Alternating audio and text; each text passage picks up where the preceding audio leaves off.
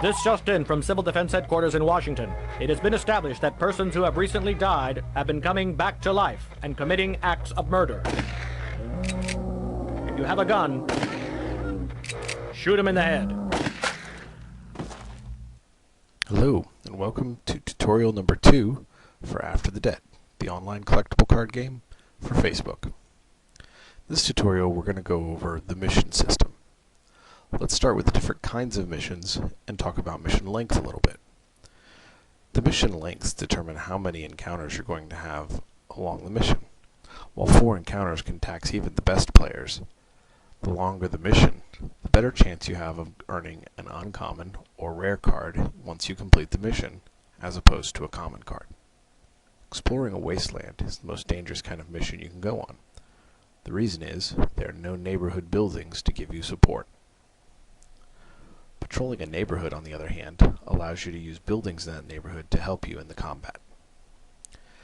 Patrol missions, being less deadly, also offer less reward. You'll never earn a rare card while patrolling a neighborhood. They do offer a different kind of reward, though. When you patrol a friend's neighborhood, both you and your friend gain credibility. When you explore the wasteland, there's no building support, there's no credibility gain, but you just might get a rare card. In either case, if you fail the mission, one card from your population, small or large building decks, will get moved to the storage deck. This represents the undead running rampant through your neighborhood while you're recovering from your wounds. So let's check out a patrol mission. In this case, I'm going to pick on Mike Sellers. You can see that Mike has a rundown home in his neighborhood. By examining the equipable section, I can tell that this particular building will heal me for 2 health points on the last turn of each fight during the mission. Sounds good to me. So let's patrol this neighborhood. Upon coming to the encounter screen, there's several pieces of information that you should note. One is the enemy you're facing, in this case, a weak infected rat. He has 5 of 5 hit points, and if I click on the image, I can see he's a melee-based monster. This will come into play later, and should be noted. If I click on the player button, I can see what equipment I have. The crossbow gives me +1 to long-range attacks. I should remember that. And the neighborhood I'm in. Recall that I've got a run-down home in Mike's neighborhood that will heal me for 2 points at the end of each fight. Over here is my current health. This carries over from encounter to encounter, so the healing that I'll get at the end of each fight will be fairly important. Next, I come over and start drawing cards into my hand. Just click the deck for each card. Now let's talk about the slots that we have to play cards into. If a card is a building picture and has the words change locale on it, then it can be played in the location slot. This represents the location the fight currently is taking place in. If I looked at my ruined corner, I can see this gives a +1 bonus to any melee actions. This includes the enemy, and since I think the weak infected rat will probably be doing melee attacks, I don't think I'm going to play this card anytime soon. Up here we have the action slots, which determine what kind of action you're going to do, or at least what range you're going to do it at.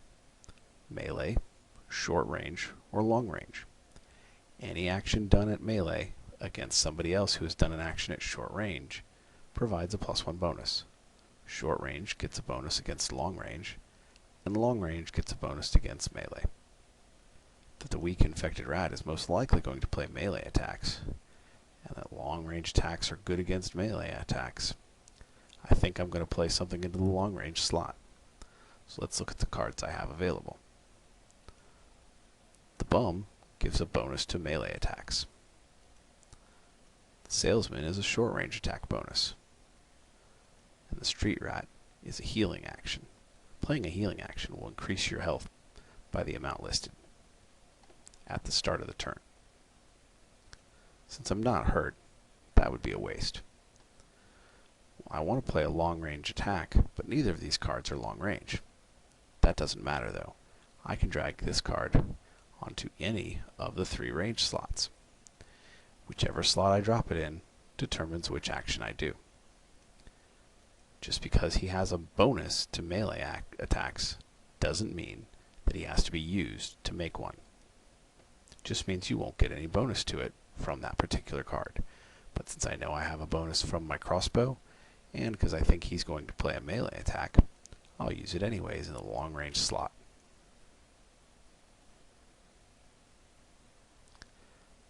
Uh-oh, I rolled a fumble. Anytime you roll a 1 is a fumble. Even worse, the rat rolled a 6. 6s are criticals. The fumble caused a random piece of equipment of mine, that crossbow I've been touting, to move back to my storage deck. That's going to cost me more chits to play later. So in total, I had 2 points worth of bonuses. The rat had 1 point worth of bonuses. My total was 3, and his was 7. This is going to hurt. Yep, he did 7 points of damage. Ouch. You can see my health has been updated, and now it's time for me to draw another card. I've drawn another melee weapon, and now that my crossbow's been discarded, I don't have nearly the advantage I thought I did against this rat. Since I've been injured, I think I'm going to go ahead and play the street rat.